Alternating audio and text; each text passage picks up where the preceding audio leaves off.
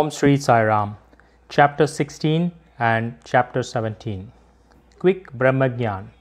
These two chapters relate the story of a rich gentleman who wanted Brahma Gyan quickly from Saibaba. Preliminary. The last chapter described how Mr. Cholkar's vow of small offering was completed and accepted. In this story, Saibaba showed that he would accept with appreciation any small thing offering with love and devotion. But if the same thing was offered with pride and haughtiness, he would reject it. Being himself full of Satchit Ananda, pure consciousness, knowledge and bliss, he did not care much for mere outward formalities. But if an offering was made in a humble spirit, the same was welcome and he accepted it with pleasure and avidity. In fact, there is no person more generous and benevolent than a Satguru like Saibaba. He cannot be compared to the Chintamani jewel, the Kalpataru, the celestial tree which fulfills our desires, or the Kamadhenu, the celestial cow which yields what we deserve. They give us only what we desire, but the Satguru gives us the most precious thing that is inconceivable and inscrutable, the reality. Now let us hear how Sai Baba disposed of a rich man who came to him and imported him to give Brahma Gyan. There was a rich gentleman, unfortunately his name and whereabouts are not mentioned, who was very prosperous in his life. He has amassed a large quantity of wealth, houses and lands, and had many servants and dependents. When Baba's fame reached his ears, he said to a friend of his that he was not in want of anything, and so he would go to Shirdi and ask Baba to give him Brahma Gyan, which, if he got, would certainly make him more happy. His friends dissuaded him, saying, "It's not easy to know Brahma, and especially so for an avaricious man like you, who is always engrossed in wealth, wife and children. Who will in your quest of Brahma Gyan satisfy you, who does not give away even a paisa in charity?" Not minding its friend's advice, the fellow engaged a return journey to Tonga and came to Shirdi. He went to the masjid and saw Sai Baba, fell at his feet and said, "Baba, hearing that you show Brahma to all who came to you, I too have come here all the way from my distant place. I am much fatigued by the journey, and if I can get Brahma Gyan from you, my troubles will be well paid and rewarded." Baba then replied, "Oh, my dear friend, do not be anxious. I shall show you Brahma. Many people come to me and ask for wealth, health, power, honor, position, cure of diseases and other temporal matters. Rare is the person who come to me and ask for Brahma Gyan. There is no dearth of people asking for worldly things, but people interested in spiritual matters are very rare.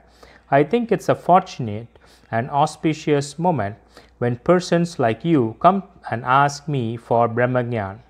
So forthwith I show to you with pleasure Brahma with all his accompaniments and complexities." Saying that, Baba started to show him Brahma. He made him sit there and engaged him in some other talk, and thus made him forget his queries for the time being. Then he called the boy and told him to go to one Nandu Marwadi and get from him a loan of ₹5. The boy left and returned immediately, saying that Nandu was absent and his house was locked. Then Baba asked him to go to Bala grocer and get from him the said loan. This time also the boy was unsuccessful. This experiment was repeated twice or thrice with the same result. Sai Baba was, as we know, the living and moving Brahma incarnate. Then someone may ask, why did he want the paltry sum of ₹5, and why did he try hard to get it? In reality, he did not want this sum at all.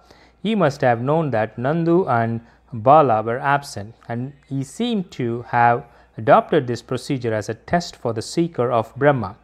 That gentleman had the roll of bundles of currency note in his pocket, and if he was really earnest, he would not have sat quiet and be a mere onlooker when Baba was frantically trying to get a paltry sum of ₹5. He knew that Baba would keep his word and repay the debt, and that the sum wanted was insignificant. Still he could not make up his mind and advance the sum. Such a man wanted from Baba, the greatest thing in the world was the Brahma gnyan. Any other man who really loved Baba would have given to him ₹5 at once, instead of being a mere onlooker. It was otherwise with this man. He advanced no money, nor did he sit silent. He began to be impatient, as he was in a haste to return and import Baba, saying, "Oh Baba, please give me Brahma gnyan soon." Baba replied, "Oh my dear friend, you did not understand all the procedure that I went through sitting in this place for enabling you to see Brahma. It is in this short, for seeing Brahma, one has to give 5 things, that is, surrender 5 things with 5 pranas, vital forces, 5 senses, mind, intellect, and ego. This path of Brahma Gyan or self-realization is as hard as threading on the edge of a razor." Saibaba then gave a rather long discourse on the subject, the purport of which is given below. Qualifications for Brahma Gyan or self-realization. All persons do not see or realize the Brahma in their lifetime. Certain qualifications are absolutely necessary. Mumukshu or intense desire to get free. He who thinks that he is bound and that he should get free from bondage and works earnestly and resolutely to that end and does not care for any other thing is qualified for the spiritual life. Virakti or a feeling of non-attachment with the things of this world and the next. Unless a man feels disgusted with the things, emoluments and honor which his actions will bring in this world and the next, he has no right to enter into the spiritual realm.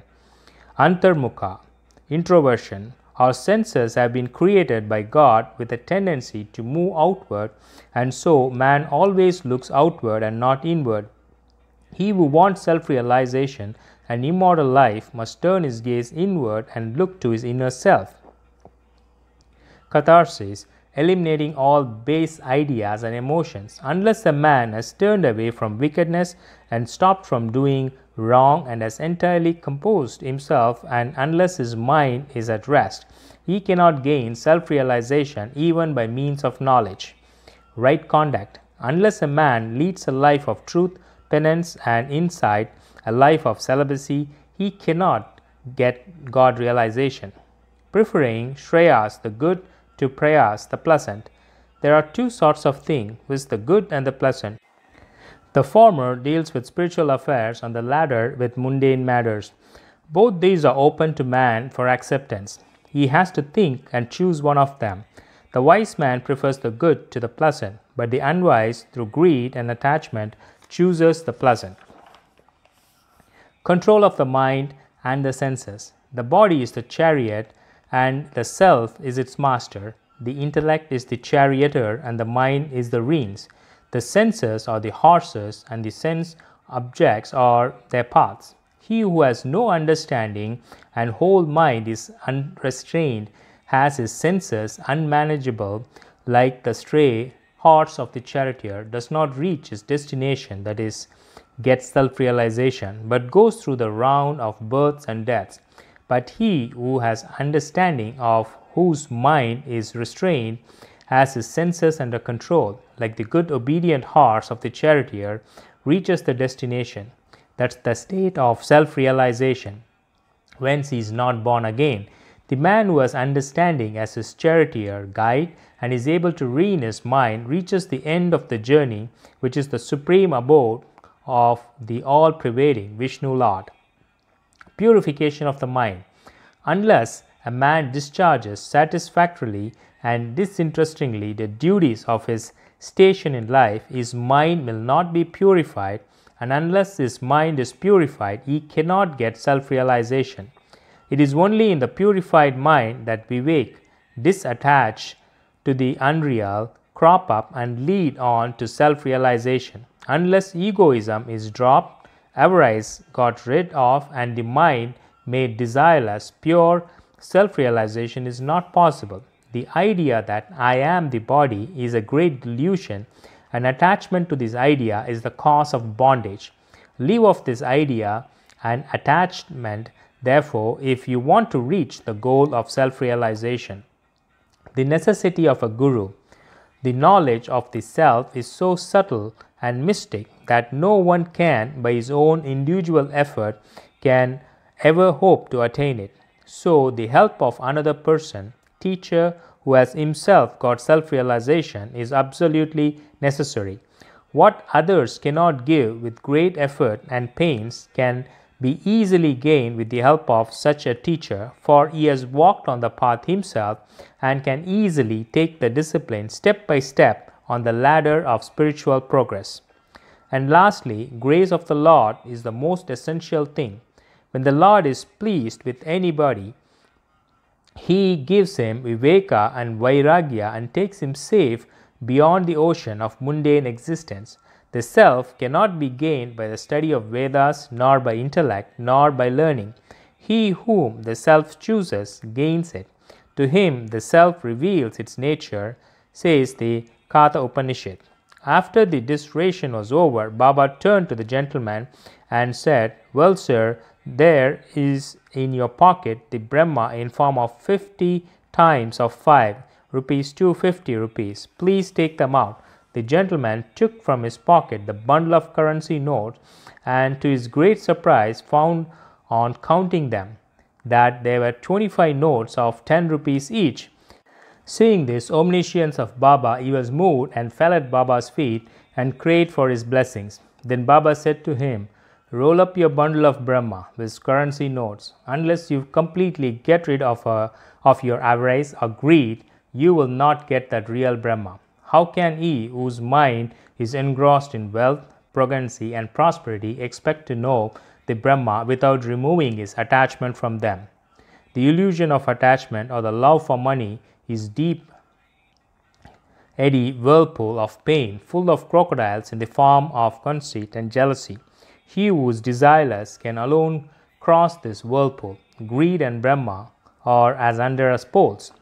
They are externally opposed to each other. Where there is greed, there is no room for thought of meditation of Brahma. Then how can a greedy man get dispassion and salvation? For a greedy man, there is no peace, neither contentment nor steadiness. If there ever be a little trace of greed in mind, all the sadhus' spiritual endeavors are of no avail. Even the knowledge of a well-read man who is not free from the desire of the fruit or reward of his actions is futile and cannot help him in getting self-realization. The teachings of a guru are of no use to a man who is full of egoism and who always thinks about the sense objects. Purification of mind is absolutely necessary. Without it, all our spiritual endeavors are nothing but useless show and pomp. It is therefore better for one to take only what he can digest and assimilate. My treasury is full and I can give anyone what he wants, but I have to see whether he is qualified to receive my gift. If you listen to me carefully, you will be certainly benefited. While sitting in this masjid, I never speak any untruth. When a guest is invited to a house, all the members of the household and other friends and relations that happen to be present are entertained along with the guest. So all who that were present in the masjid at that time could partake of the spiritual feast that was served by Baba for the rich gentleman. After getting Baba's blessings, one and all, including the gentleman, left the place quite happy and contented. Special characteristics of Baba. There are many saints who, leaving their houses, stay in forests, caves or hermitages and in solitude in order to get liberalization or salvation for themselves. They do not care for other people and are always self-absorbed. Saibaba was not of such a type. He had no home, no wife, no progeny, nor any relations near or distant. Still he lived in the world society. He begged his bread from 4 or 5 houses, always lived at the feet of a neem tree, carried on worldly dealings and taught all the people how to act and behave living in the world. Rare are the sadhus and saints who, after attaining God vision, strive for the welfare of the people.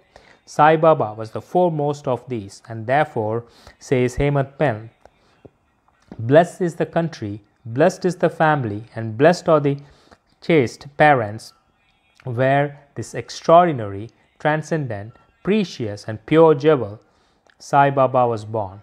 Bow to Shri Sai, peace be to all. Om Shri Sai Ram.